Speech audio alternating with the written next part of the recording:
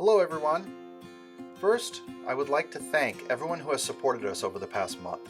The financial, moral, and virtual support has been incredible, and it inspires us to keep going. I also want to thank the amazing Vermont businesses who have stepped up to support their community and its legacy. They are Burlington Cars, 802 Cars, One Day in July Financial Advisors, and People's United Bank. Because of their support, we are able to bring the lecture series and other services online so that we can continue to learn together. We also would like to thank the Winooski Valley Parks District for all of their efforts to support the museum and our operations. So this brings me to the first topic. When are we opening? Based on guidance from public health officials and due to the fact that school has been canceled for the remainder of the year, we have tentatively set July 1st as the day that we will resume our in-person services. We will be constantly reevaluating this date moving forward based on public health guidances, and we will alter and adjust our in-person programming to match crowd size guidance and other public health concerns. What will happen with our lifelong learning courses?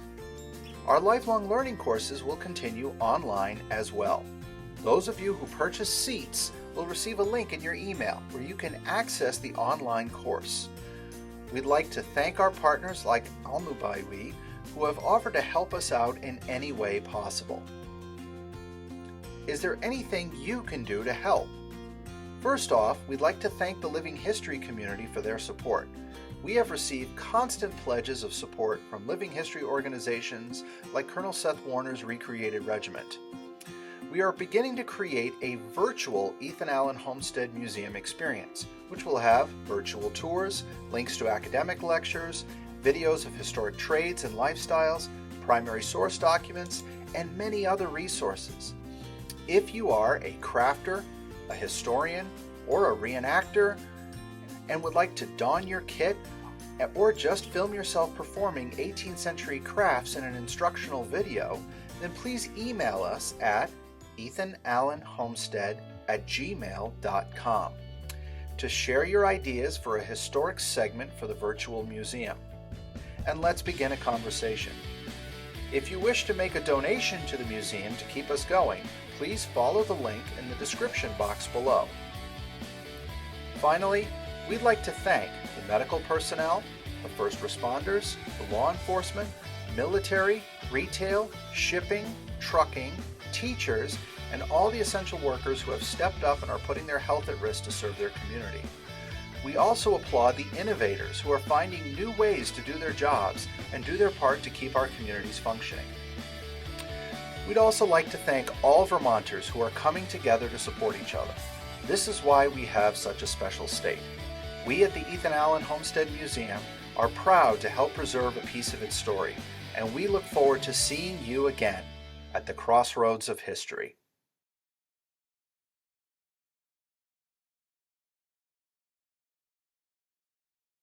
Hey. Well, my name is Jessie Haas. I'm the author of two local history books about the town of Westminster. One of them is the subject of what we'll be talking about today, the Westminster Massacre. And the Westminster Massacre is an event that took place just prior to the American Revolution, March 13th, 1775. And I will just warn you, if you read a sentence that tells you, anytime you read a sentence that tells you what the Westminster Massacre was about, it is wrong.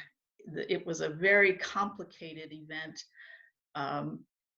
And we'll get into a lot of the background of what led up to it, because it was embedded in a very complex history, both in Vermont and between Great Britain and the American colonies. So a little about myself first. I was born in Westminster and have lived here all my life. My parents were both Historical Society board members and Revolutionary War reenactors. And for that reason, although I love history and I'm interested in the period, I spend a lot of my time actively ignoring these important aspects of our history because my parents were so into it. Then I was asked to write a new town history. And so I came to the massacre as something that I thought I knew a little bit about. And there's an orthodoxy in Westminster about it. We say it was the first bloodshed of the American Revolution. I was prepared as somebody coming into it, trying to write a fresh history, to find out that that wasn't true and to be unpopular with my board. And I was going to follow the facts and see if I, come to my own interpretation. Luckily, in the end, I didn't have to make my board unhappy. It turned out, to my mind, that the Whig version of events was far more plausible. And now this is, in a very timely fashion, this event had a lot of fake news around it, quite a cloud of fake news. And so there's a lot to unravel. I'm primarily an author of children's fiction, so my bias in writing a story is I want to make something that's clear and vivid, and I want readers to be able to imagine that they're experiencing historical events for themselves, also to understand what's going on. And that's a stretch in a way when something as complicated as this. I think plenty of people at the time might not have understood what was going on. So I'm a firm believer in chronological order, because I think we can't understand history without placing ourselves in the shoes of people who did not know how it was going to come out. They did not know in March of 1775 that there would be a revolution. They didn't know there was going to be a war. They did not know that they were not going to be hanged for treason. They just did not know that. So I try to not jump ahead. And I have found that a good organizing principle for myself, and also a good way to understand the history. A word about sources. This is an event for which we have a lot of contemporaneous sources, and in first person accounts, essentially. We have depositions that were made before the New York Assembly about the massacre. We have an account written the next day by the Tories sitting in the courthouse with the benches all broken and the floor covered with blood. We have the account written up a few days later by the Whigs. And then a lot of local knowledge that was collected within a couple of generations, mostly by the historian Benjamin Hall, who wrote the history of Eastern Vermont. And Hall was actually a grandson of Westminster. His father, Lot Hall, came to Westminster shortly after the Revolution, bought the homestead of Azariah Wright, who was one of the principals. And Benjamin Hall's father grew up here, so he had many connections. He knew people who were alive at the time of the massacre, many of the children of participants of the massacre. So he did a lot of searching documents, but he also knew people and knew the common stories that were told. So I really value his history, and it's, people should get hold of the history of Eastern Vermont. If you like history, it's a great read, and then some of the best stories are in the footnotes. So you really want to read the small print on that one. So I had access to all of these sources through my dad, Bob Haas, who passed away in November. I want to dedicate this talk to him. I would say, God, I wish I could get hold of these New York documents. And he'd go, Oh, I think I have an old book of those, and there would be like it didn't have a cover, but but he'd always have an old reading copy or a Xerox in one of his folders, or I learned if I had something I wished I could get hold of, he had it already. So it really made the task so much easier. Uh, so to set the scene for you, because I don't know who you are, my audience, Westminster, Vermont. It is a town on the Connecticut River between Putney and Rockingham. It was first granted to a group of former English soldiers in Taunton, Massachusetts, way back in 1736. And it was called Township Number One. It was the number one in a block of 4 towns that were granted on both sides of the Connecticut River at that time. And it was briefly occupied by a couple of families who then discovered that the place actually seemed to belong to New Hampshire, plus war was breaking out with the French. So they left, and settlement was attempted again in the early 1850s and again abandoned, and English settlers only returned in 1759 to really take up the town. At that point, they were under a grant from New Hampshire, and the town was named Westminster. And so they began to build and settle. And in 1764, the king declared that actually the west of the Connecticut River belonged to New York. As everybody interested in Ethan Allen knows, that's not the end of the story. So in 1766, 2 years later, New York decided to carve up this territory into a couple of counties, and Cumberland County was created. And that was eastern Vermont from the Massachusetts border up to around Thetford. And Chester was made the shire town, is roughly in the center.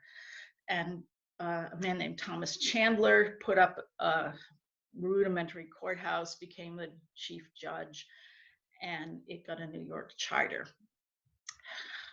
Meanwhile, in Massachusetts, and we have to talk about Massachusetts in this story, revolution was starting to stir up. There had been the Boston Massacre, and then later some soldiers on a ship that belonging to John Adams were impressed by the British, and riots broke out and martial law was declared. And that happened in 1768.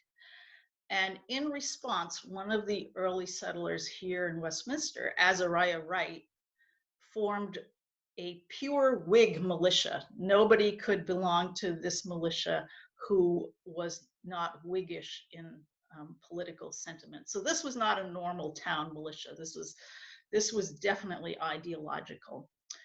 And it grew, and until by 1775 there were 25 members. And this is in a town where there were only roughly 100 men of fighting age. So there was, about a quarter of those people were in Wright's militia. And Azariah Wright, it turns out, was actually Ethan Allen's third cousin. He was a fanatical Whig and strongly in favor of New Hampshire government.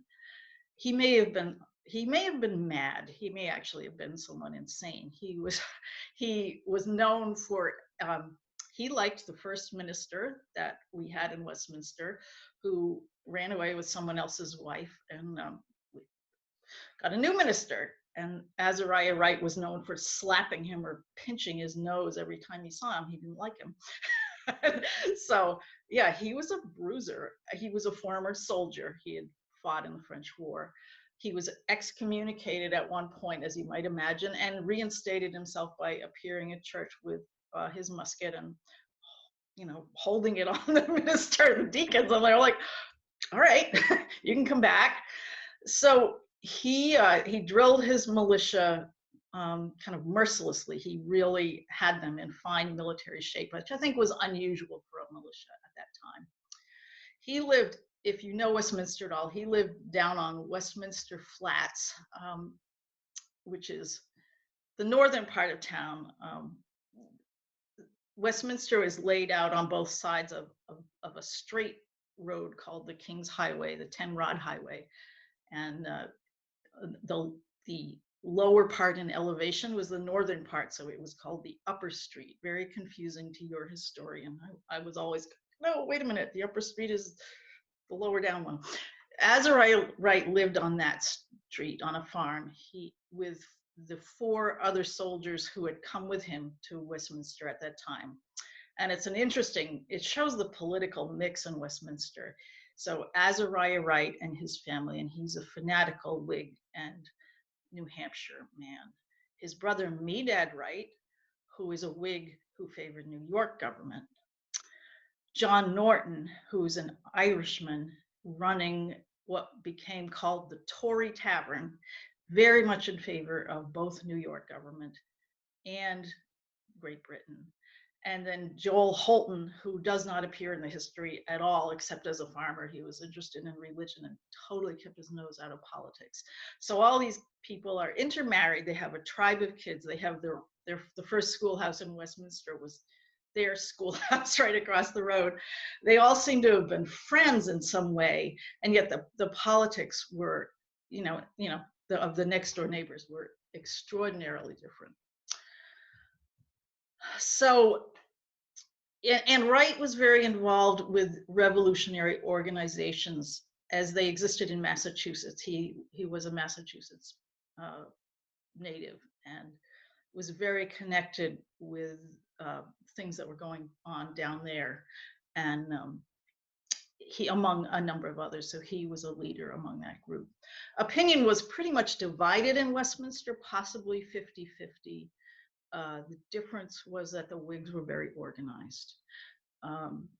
In neighboring towns, Dummerston, Putney, and Rockingham were more full of radical Whigs. Brattleboro and Guilford were mixed with a lot of people favoring Great Britain and favoring New York. And the whole New York, New Hampshire division was going on, and there were petitions like, we want to be in New York, no, we want to be in New Hampshire. Some people signed both. I think a lot of people felt like, solve it already. We don't really care. We just want it to be certain because it affects, it's our land, it's our grants. This was the state when, in 1771, a lawyer named Crean Brush arrived in Westminster. He was an Irish Tory. He was a friend of all the powerful people in government, especially of Governor Cadwallader Colden, and had gotten 60,000 acres in land grants from him. He's an interesting man. You can't make some of the stuff. He was born in a place called Darkmoney in Ireland, which is a family estate. He served in the military. He was widowed there and left a small daughter, and he came to New York, made himself very useful there, and reaped the rewards. And the rewards at that time were, well, we sort of newly have this territory in that New Hampshire used to think they own. That was land that Cadwallader Colden could freely give away, and he did, even though other people thought they owned it. According to Benjamin Hall, when Crean Brush came to Westminster, people looked up to him at first and were kind of excited, and then grew to thoroughly dislike him. It's hard to know if that's, in retrospect, the history is written by the winning side. He seems to have been a fiery politician, a good speaker, a pretty good politician, possibly quite unscrupulous in law practice, and a lover of the good life. And he brought with him his wife, Margaret, and a girl who passed as her daughter, Fanny, and her last name varied a lot. Spelling was not totally solid in those days, for one thing, between spelling and handwriting, and wishing to keep the circumstance of your life anonymous. So she was called Fanny Montezan or Montresor, or sometimes Montezuma, and she was the illegitimate daughter of Margaret's younger sister and of a well-known British officer, John Montresor. People in Westminster believed that Margaret had been the widow Montezan, and that was not true, but was believed for a long time. Fanny was about 12 when she came to Westminster. And Westminster at this time was really the most populous of the southern Vermont towns. Chester, even though it was the county seat, was kind of backward and out of the way. And the courthouse was kind of like a pen made out of poles. And the jail, you only stayed in it if you wanted to. It was pretty pathetic. Korean Brush, almost the moment he arrived, set about changing that and making the Westminster, the town where he had the most land, the center. He got himself, in 1772, he got himself made clerk of the court, displacing the son of the Chief Judge, Thomas Chandler. 2 days later, petitions were read in the New York Assembly asking that the court be moved out of Chester. And the Assembly voted that the county could take a vote on that. And possibly coincidentally, but probably not, the Assembly issued a New York charter to Westminster a couple of days later, just to make sure that everything was clear. In May, the county voted to move the county seat to Westminster. And then the courthouse was built pretty much under Brush's supervision and within a few rods of his house.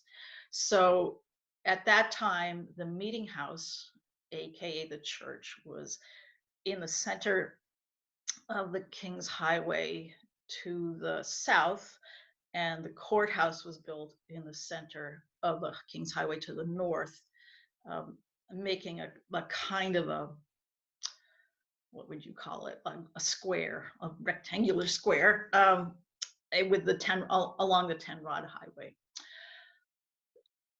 At the same time, a crony of Brush's, another Irishman named William Patterson, was made sheriff, replacing the other sheriff. And then Brush and his friends petitioned that Cumberland County have representation in the Assembly. They appear to have rigged an election.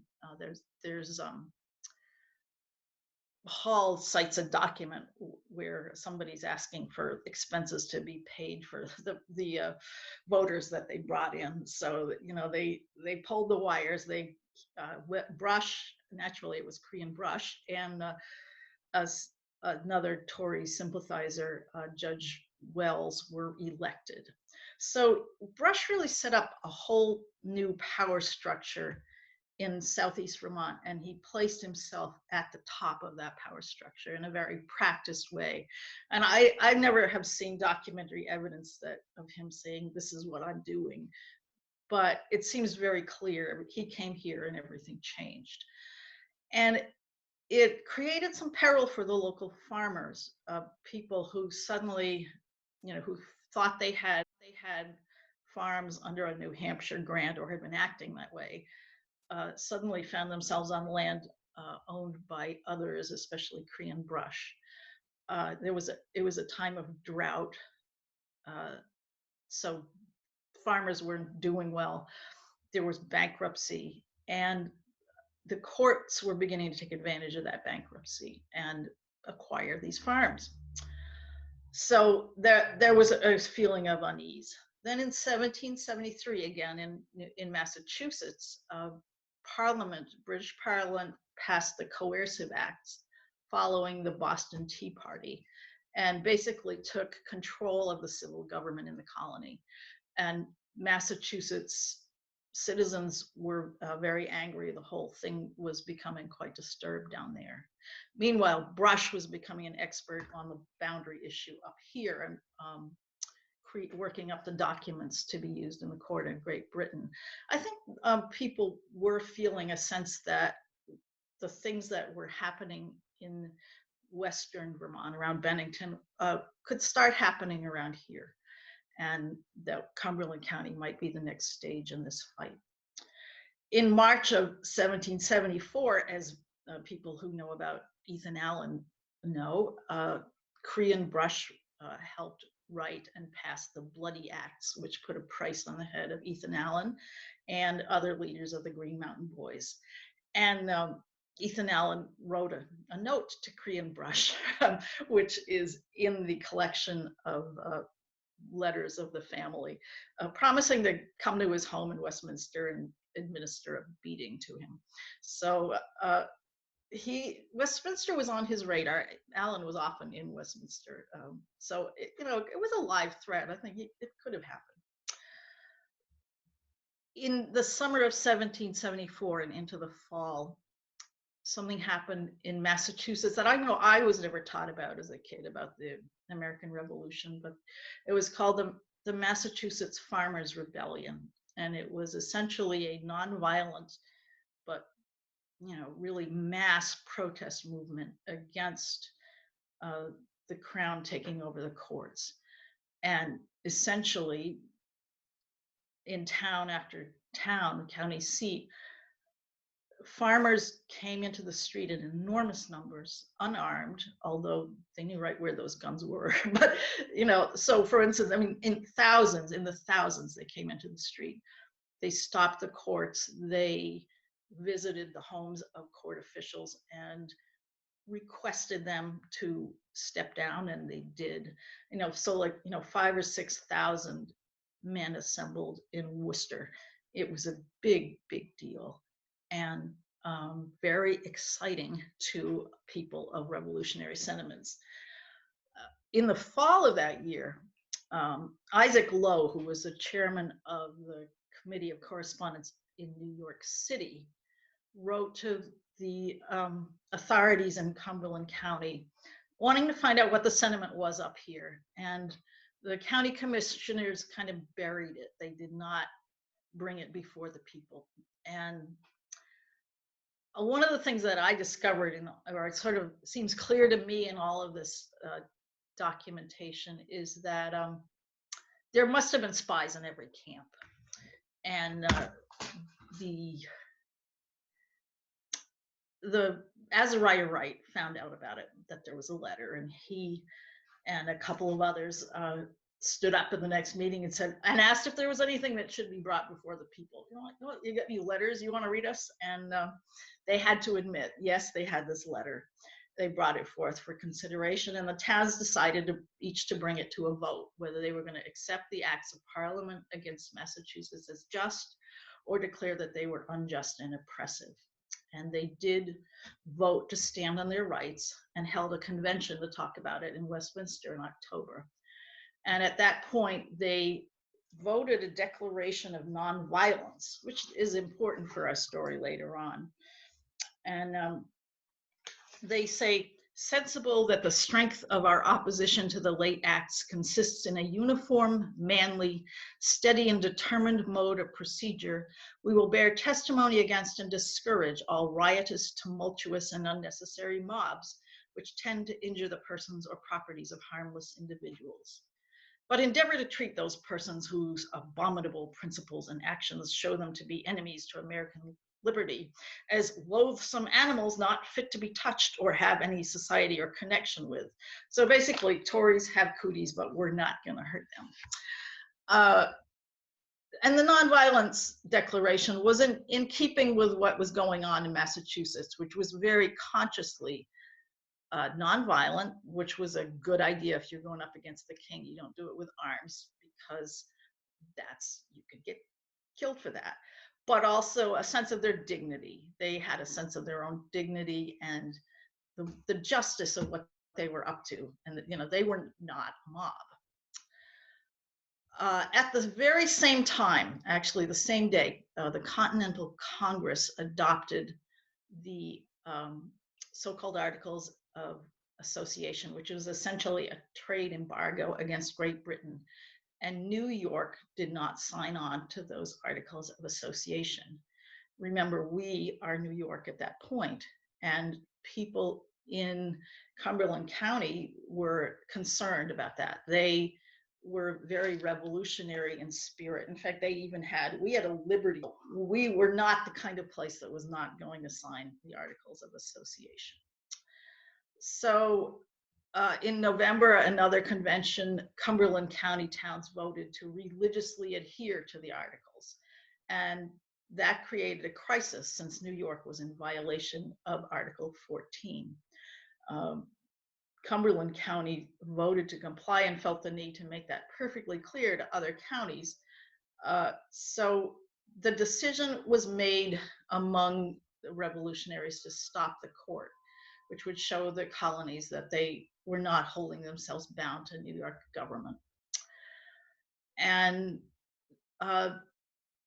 along with this, on the next convention in February, they were concerned about there were a proliferation of courts meeting. So quarterly, you had like 70 farmers called up jury off the farm to go to jury duty. And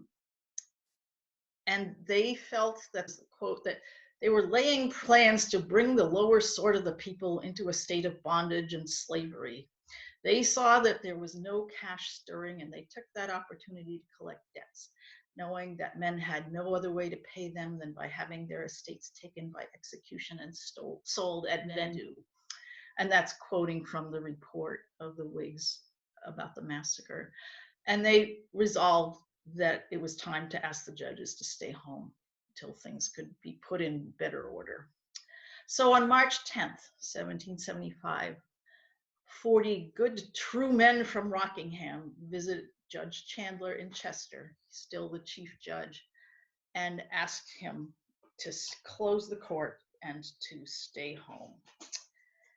The people were of the opinion that such men were not suitable to rule over them.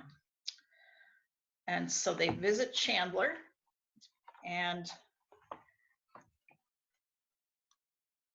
ask him not to attend the court. He said he believed it would be for the good of the county not to have any court as things were. But there was one case of murder that they must see to, and if it was not agreeable to the people, they would not have any other case. He was a man who apparently who would say what people wanted to hear. And because there were 40 guys in his front yard, he might feel inclined to do that.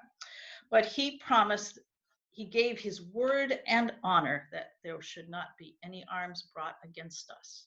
And he would go down to court on Monday, the 13th of March, which was the day that the court was to be opened. We told him that we would wait on him if it was his will. He said that our company would be very agreeable. Likewise, he returned us our hearty thanks for our civility, and so we parted with him. And the minute they were down the road, Judge Chandler sent to the other judges to ask what he should do. And the other judges were very much of the opposite opinion. They felt the court should sit, that this should not be allowed to happen. And so the same day, Friday, Chandler sends to Brattleboro, which is a good stretch on a March road in those days. And they decide that, no, they're going to protect the courthouse. Also on Friday, also the same day of the Chandler visit, the Whigs learn that Chandler has sent to the judges and received that. It's difficult to understand how quickly news spread between these two parties. There must have been spies in the ranks. They seemed to know very much what each other was up to, and learned it very quickly. And so that decisions were taken over the weekend, that the Whigs decided they would get there first. They would occupy the courthouse. March 13th is Monday. 40 men from Chester and Rockingham marched down to Westminster. They're joined by as many or more from Westminster and points south, and they all meet at Azariah Wright's house. In fact, the crowd is too large for his house. They adjourn to the school across the road and meet there briefly. And about 4 o'clock in the afternoon, they go out they come out of the schoolhouse. They go to Azariah Wright's woodpile and pick up sticks. They take cudgels. That was a pattern that we see in what happened in Massachusetts quite often. People were not armed with firearms, but they might very well have staffs or cudgels. So they march up to the courthouse and get there about 4 in the afternoon. and go inside. There's about 100 total by the time they get there.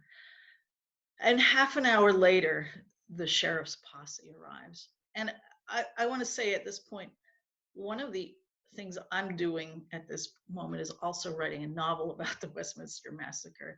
And as I think about it in that way, I really wonder why was it so late? Why was it not until 4 o'clock in the afternoon that the Whigs got there? Why didn't the sheriff get there first? The distances were about the same. They all knew what each other was up to. And it just strikes me that, it would have made a lot of sense to come faster. And, if you really, I don't have a theory, but I think it's odd that the sheriff didn't get there faster. The sheriff's party, when he arrived, included many men who were armed. They picked up a lot of people along the way, and some of those people had guns, pistols, and muskets, and there was a sword, and so they were at least partially armed. And in contrast, the story is told that when an armed man wanted to join the Whig party that was coming up from the south, they wouldn't let him join. They made him go back home and put his gun there before he could join them. So there's a confrontation at the courthouse with the 100 men inside and almost 100 men outside, and it's worth reading. It's the language of the time is fun to hear. And they state again, this is the Whig account. We in the House had not any weapons of war among us, and were determined that they should not come in with their weapons of war except by the force of them. Esquire Patterson came up at the head of his armed company within about 5 yards of the door and commanded us to disperse, to which he got no answer.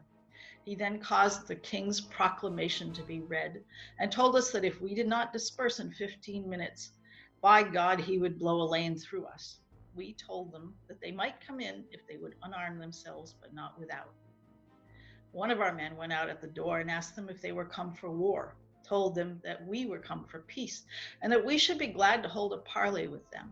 At that, Mr. Gale, the clerk of the court, drew a pistol, held it up, and said, "Damn the parley with such damn rascals as you are. I will hold no parley with such damn rascals but by this," holding up his pistol.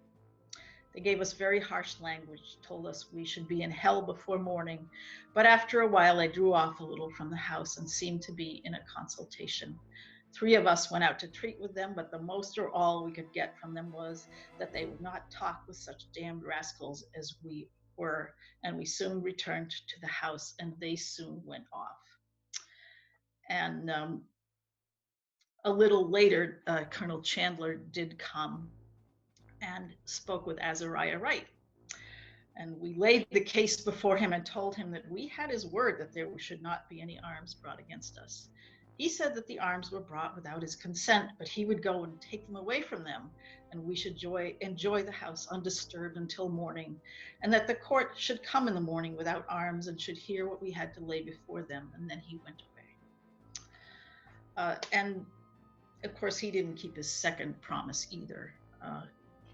He must at that point have been, if he came into the courthouse, would have been able to see that the people inside were unarmed, and he did not go out and disarm the other party. Where did the sheriff and his men go? There is a story which was printed in the Brattleboro Phoenix in 1805 that initially they went to Crean Brush's house. Now, Crean Brush at this time was in the New York Assembly. He and Judge Wells were down there as the assembly was in session. This story claims to be an account by Fanny, who became Fanny Allen, that the sheriff and his party came to their house, as I would imagine they would have. Patterson was a friend of Brush's. and that Mrs. Brush, and I'm reading here, told them that if the judges were not women in men's clothes, they would give the order to drive the rebels out of the courthouse at once and bring the leaders to trial for treason, that they had authority and arms and had only to contend with traitors who would run at the sound of their own voices. Her daughter, Frances Montezan, told her that she thought they had a just cause and to remember that there were Green Mountain boys on the other side of the mountains and that Ethan Allen would come to assist them. Her mother answered that she should not be more surprised to see her sneaking after Ethan Allen than she was at that, and told the others that the girl was crazy and Sheriff Patterson that the king expected him to do his duty. And as I wrote the story, I wondered if this could be true. I guess I thought it sounded like a story made up in hindsight, and that it was more likely that Fanny and Margaret were in New York with Korean Brush. Since then, I've changed my mind on that. There is this story. Later on, we'll hear about somebody who said he was at Korean Brush's house during the aftermath of the massacre. We know that Judge Wells' wife was not in New York with her husband. And it was the pattern of that men serving in legislatures essentially went and lived in lodgings and did not take their wives, did not set up second homes in the cities where they lived. So I think we do not know for sure whether Fanny and Margaret were in Westminster during the time of the massacre. And I think the evidence suggests that they were. And certainly for the purposes of my novel, I want them to have been. So that's where I'm putting them. So in the courthouse, the judge and the sheriff have gone away. The sheriff may have visited Korean Brush's house first. Then the whole party went down to the Tory Tavern. There, they proceeded to refresh themselves with an enormous quantity of rum. This was like 77 pounds worth of rum. It was like a huge amount of rum. And to make plans, which I'm sure got wilder and wilder as the night went on. The Whigs up in the courthouse wrote up a statement of principles. I always feel like, they did what the left always does. They sat down, they wrote a white paper. And they wrote up some declaration of principles. Then they went out to find supper, and they left a certain number of men to guard the house. As some of the Whigs left the courthouse, they were captured by some of the Tories, apparently. That there was, they had some plans for the evening that would go better if there were fewer Whigs around. So some of the people were captured as they came out. And then we return to the account of the Whigs of that night, and it's interesting to hear it in their own words. About midnight or a little before, the sentry at the door espied some men with guns, and he gave the word to man the doors, and the walk was crowded. Immediately, the sheriff and his company marched up fast, within about 10 rods of the door, and then the word was given, take aim, and then fire. 3 fired immediately. The word fire was repeated. God damn you, fire, send them to hell, was most or all the words that were to be heard for some time. And they go on to say there were several men wounded. One was shot with 4 bullets, one of which went through his brain, of which wound he died the next day.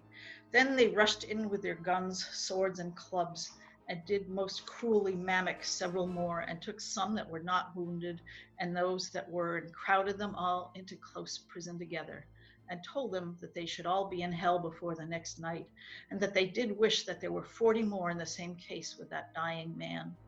When they put him into prison, they took and dragged him as one would a dog, and would mock him as he lay gasping, and make sport for themselves at his dying motions. And this is the thing that I think is the most shocking about the Westminster Massacre. It's ultimately a total of 2 people die in this event. And people sort of chortle at that today. Oh, the massacre, 2 people died. But imagine that is your government taking up arms against peaceful citizens in an absolute drunken state, shooting them and then behaving as cruelly and savagely as this and that. Among them are judges, the sheriff, the clerk of the court, are taking part in this kind of behavior. And in front of, a bunch of other Whigs who lived to witness this. It was a really horrifying event. So many of the men inside were captured, but many made their way out through the side doors, or one, Phil Safford, Azariah Wright's brother-in-law, also a former soldier, just ran down the front steps with his club, just saying, "Come on, boys, we'll go out the same way we came in."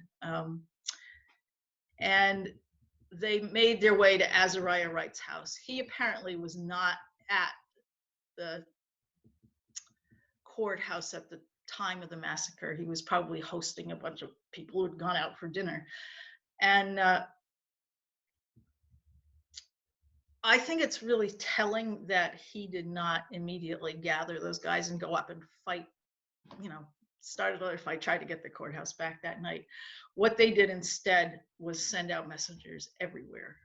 They sent riders in all directions, and all was quiet for the night. At that time,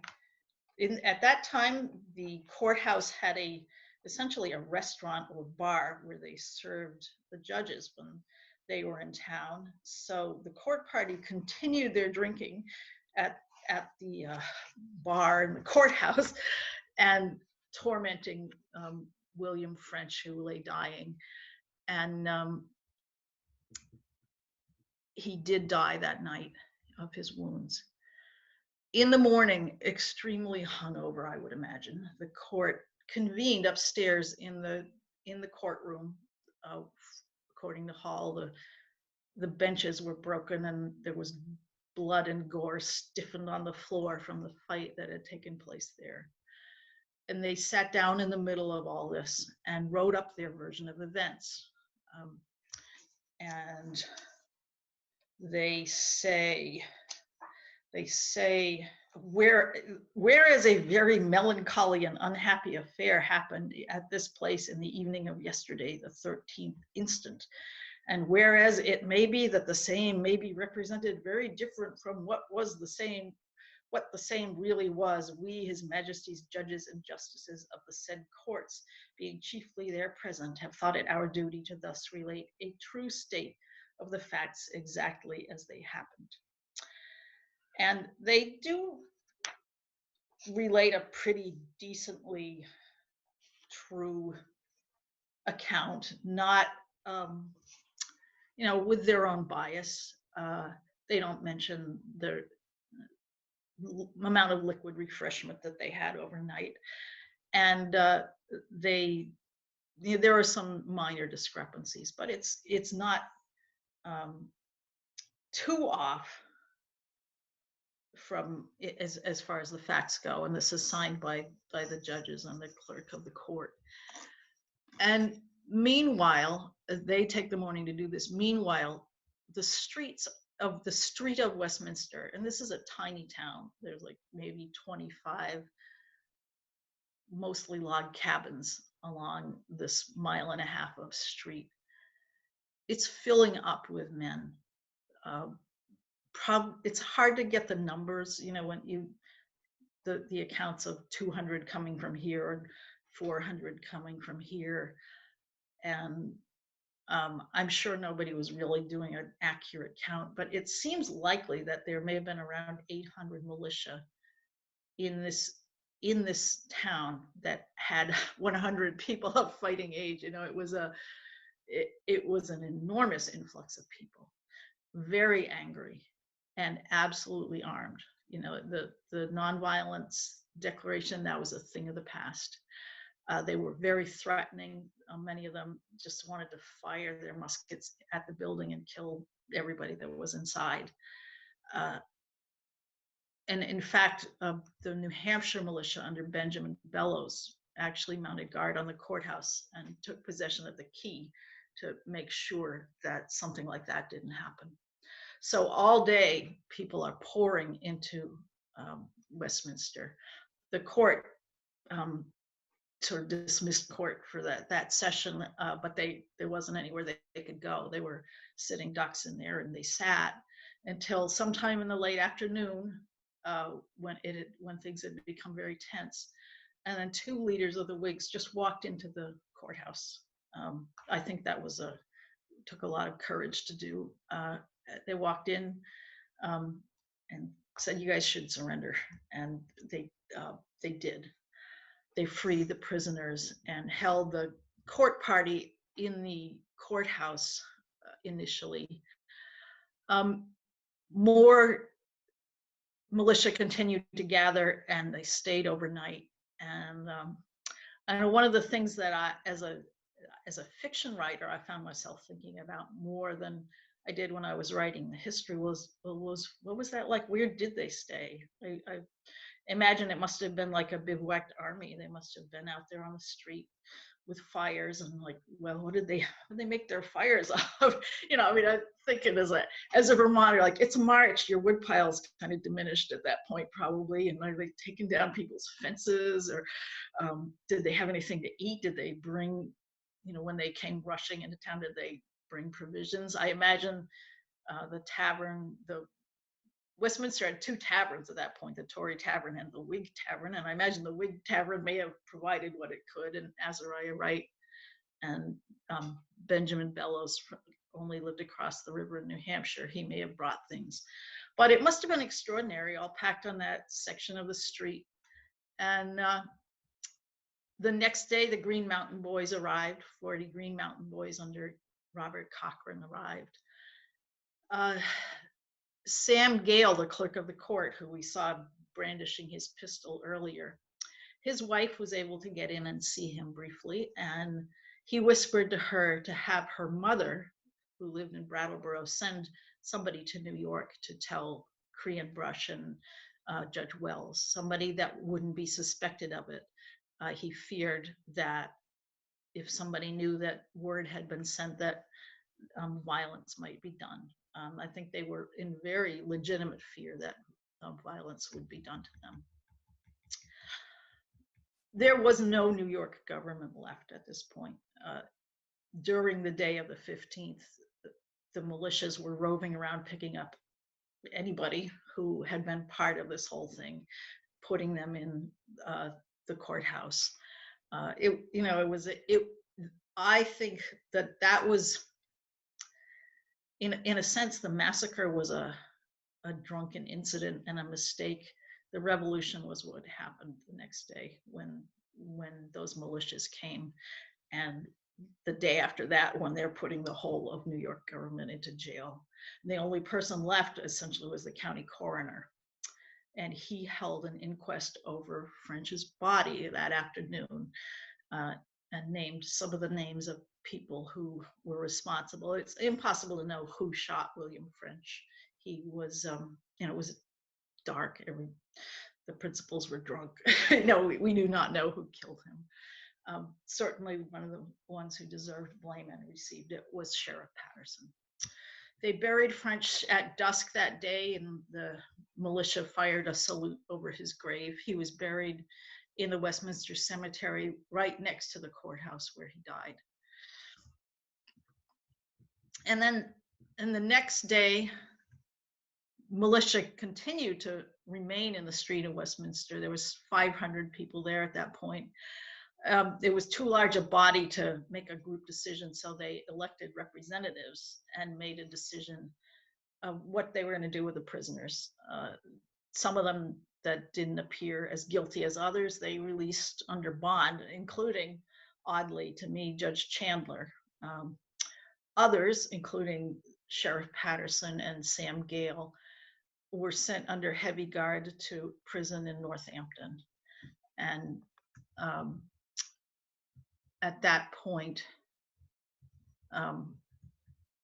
the local situation at least calmed down militarily. The other severely wounded man, Daniel Houghton, had been expected to possibly recover, but he died on March 21st. He's much less remembered than William French, just because French was dead almost immediately, and it was a cause célèbre, and Houghton was almost an afterthought, but just as dead. So meanwhile, 2 couriers were sent to New York, and they arrived on March 20th. So a week after the events, they get to New York and meet with Korean Brush and Judge Wells. And at that point, the story gets massaged considerably. One of the elements that's really striking, that the first volley, the first 3 shots went high, went into the lintel of the door. And I understand that was typical of the time when you're firing that kind of musket, that usually the first shots go over the heads of the people that you're attempting to shoot. And then they became much more effective. The second volley was highly effective. By the time the story gets to New York, that is turned into purposeful warning shots, and quoting, in such a purposely fired above the heads of rioters in such a manner as not to injure their persons. And there was much was made of the violent scene in the streets afterward, the threats, and I'm sure that there were many threats that the mob was making to the people inside the courthouse. And the phrase that always has stuck in my mind from one of the couriers speaks of one man saying his fresh crawl to be tomahawking them. It's like, so it was highly lurid, and made more so, I'm sure, by the skills of Korean Brush. And then they were deposed in front of the assembly. And Cadwallader Colden sent a message to the assembly arguing for a swift punishment.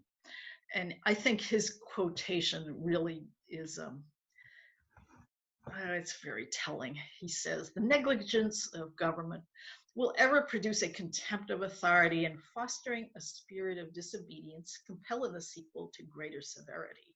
It will therefore be found to be not only true benevolence, but also real frugality to resist these enormities at their commencement." And so they narrowly passed a motion to grant £1,000 to His Majesty, i.e. The military, to go put down the rebellion. Meanwhile, in Westminster, they hold another county convention in the courtroom with all the bloodstains, and vote that, in their opinion, they are in imminent danger from the administration of New York. Witness the malicious and horrid massacre of the night of the 13th ult. They called it a massacre immediately. That was their word from the beginning. And they voted to renounce the government of New York until they could feel secure, or to lay grievances before the king and council. And they hope to be annexed to some other government, or incorporated into a new one. And Colonel Ethan Allen was named to the committee that would draft this petition. Okay, so we have other telling words from Cadwallader Colden, the acting governor of New York at this time, when he wrote on April 5th to Lord Dartmouth. He had much to report about what the Bennington rioters were up to that time, and also about what he called the dangerous insurrection in Cumberland County. And he made it very clear that he saw the two separately. He thought the people of Cumberland County were, quote, worked up by the example and influence of Massachusetts Bay. and embraced the dangerous resolution of shutting up the courts of justice. He felt the settlers were living peacefully in quiet possession under the grants made by New Hampshire, and that the rioters have not pretended any such pretext for their conduct. The example of Massachusetts Bay is the only reason they assign. Yet I make no doubt, he says, they will be joined by the Bennington rioters, who will endeavor to make one common cause of it, though they have not connection but in their violence to government. And from his point of view, that certainly happened when Ethan Allen got there, and to become part of what was going on. I think Cadwallader Colden certainly felt, oh, here they go. They're going to take advantage and make common cause. And then he mentions having sent to General Gage in Boston, and he says, by his assistance, I hope I shall soon be able to hold a court of oyer and terminer in that county, where I am assured there are some hundreds of the inhabitants well affected to government. And if the debts of the people who have been concerned in this outrage were all paid, there would not be a sixpence of property left among them. So he planned to bring military arms and also the full power of the court to strip these rioters of their property.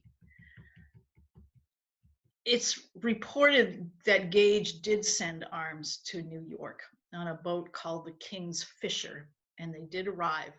But before anything could be done, and I would imagine what they would have done, Gage couldn't march out of Boston and come up in what would have seemed the more direct way, because he was penned in by the militias down there, as we would soon find out. But the arms were sent to New York, and I would imagine troops might have come up the Hudson and across. It could have been the shot heard around the world. It could have been the beginning of something big and ugly right here in what is now southern Vermont. But before anything like that could happen, Lexington and Concord happened just over a month after the Westminster Massacre. And that changed everything. That was immediately that New York signed on to the Articles of Association. Immediately, people in Cumberland County, in their official reports, spoke of our brethren in New York, the same people that they hated violently just a little while ago. On the other hand, they had no interest in ever being ruled by them again. So New York government was over at that time, and as a result of the Westminster Massacre. French was buried in Westminster, and I am not sure when his gravestone inscription was composed, whether it was before Lexington and Concord or after. But it does, it tells the feeling of the times, whether it was March or April. And it reads, in memory of William French, son to Mr. Nathaniel French, who was shot at Westminster March 13th, 1775, by the hands of cruel ministerial tools of George III in the courthouse at 11 o'clock at night in the 22nd year of his age. Here William French his body lies, for murder, his blood for vengeance cries. King George III his Tory crew, though with a ball his head shot through, for liberty and his country's good, he lost his life, his dearest blood. Right here. So,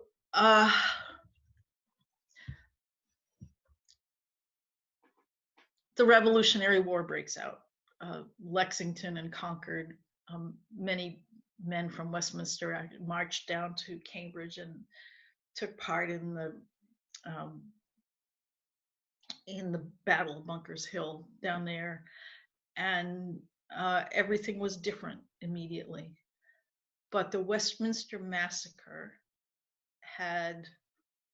was felt here to be a spark that ignited everything, and it was a shocking event, and it was the beginning of for people's experience in this area. It was the beginning of war. It was the first time their government had turned lethal force against them, and it became a point of pride for the town of Westminster that such a thing had happened here and been resisted here. It's a little bit ironic that the martyr of Westminster was a young man from Brattleboro, and that one of the people who boasted of having fired the shot that knocked him down was a young man from Westminster. So, like, once again, it's very complicated. And at this point, I believe Fanny and Margaret joined Cree & Brush in New York. Fanny was married off very quickly at age 15 to a British officer. And according to family lore, she wept the whole day of the wedding and was soon pregnant and soon widowed. And the child does not appear to have survived. He must have died in infancy. Cree & Brush went to Boston and to make himself useful to the British. He was tasked with receiving and protecting the personal property of Bostonians in whose houses the British troops were quartered, and was supposed to return the property, of course. Instead, he amassed more and more and was getting into warehouses, getting stuff that he thought would, be useful to the British or to himself. And when the British evacuated Boston, he was loading all this stuff onto the brigantine Elizabeth in Boston Harbor. And when the British evacuated Boston, he went with them. But his ship was too heavily laden. And there are many delicious ironies in these stories, of course. His ship was heavily laden, it fell behind, and it was picked up off the coast of New Hampshire. So Cree & Brush is brought back to Boston and put in solitary confinement, where he spent a year and a half. After a time, he wasn't even allowed pen and paper after it was discovered that he was advocating an invasion of New England through Canada.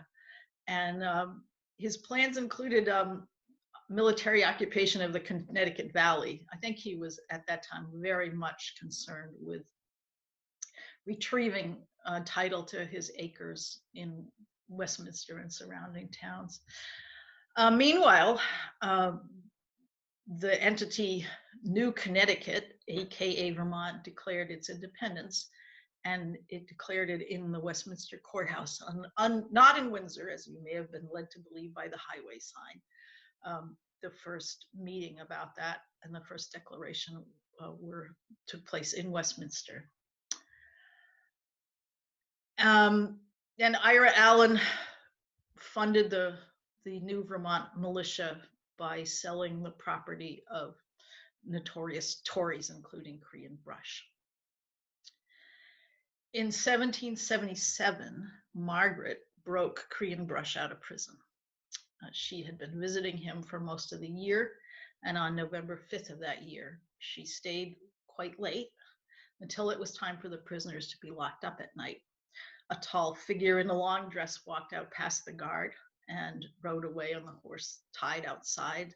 And when the guard went in the morning, he had Margaret, not Cree, and he made his way to New York. And there he went to work to recover his property, but was getting nowhere. And that spring, he either killed himself or was murdered. I have read a theory that he was killed by Ethan Allen, who was on a prison hulk in New York Harbor at the time, but I can't see that that's based on anything except the proximity of Ethan Allen. It seems highly unlikely. But also, it is a little odd that he died the same day that he ordered himself a load of wood for his office. So it's suicides aren't always rational, but he may have been murdered by someone. even after his death, he was sentenced to receive 20 to 40 lashes on the naked back if he ever returned to Vermont. Like, they really did not want him back, even after he was dead. He left his property to his daughter in Ireland, to Margaret, and to his stepdaughter, now Fanny Buchanan. And Margaret and Fanny came back as the war was ending to see if they could retrieve some of the property. The house had been sold. They lived in the Tory Tavern for a while, and then they moved to the home of the new big man in town, Stephen Rowe Bradley. And it's there that Fanny marries Ethan Allen, and a story that is another point of pride for Westminster.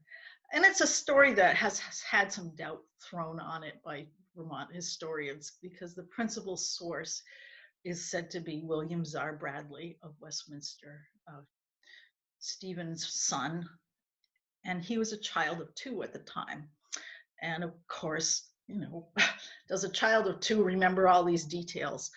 And I think it's not often appreciated that William Czar Bradley's father was Ethan Allen's lawyer and a family friend. And William Czar Bradley was a friend and colleague of every judge and lawyer who witnessed this event. Later, he was Fanny's friend and neighbor when she moved back to Westminster with her 3rd husband, Jabez Penniman.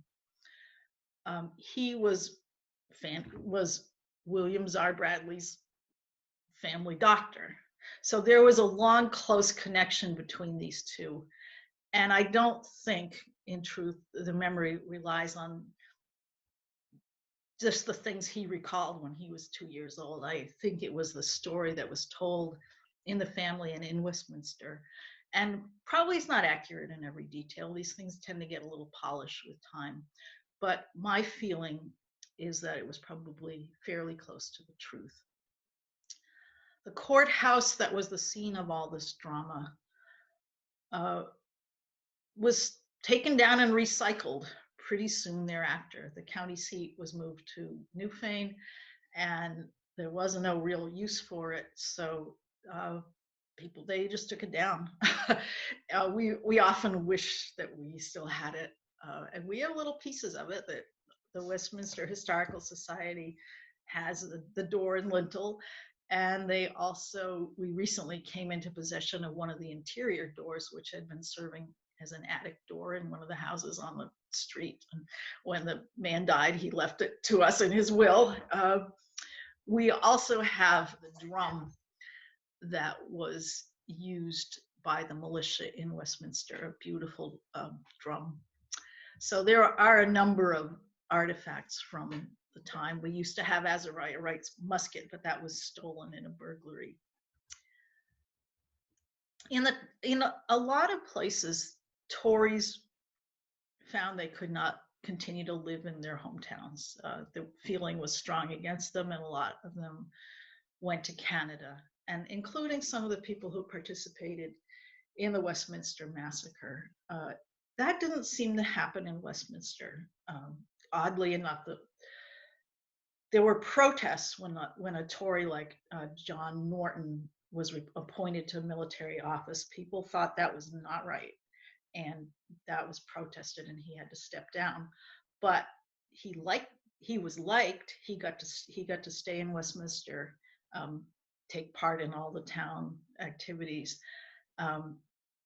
So it was. I think Westminster was used to complication by that point, and somehow maybe it was just the personalities, but people were not chased out of town for their beliefs. They stayed and argued and intermarried and became friends, and it was a different kind of reaction.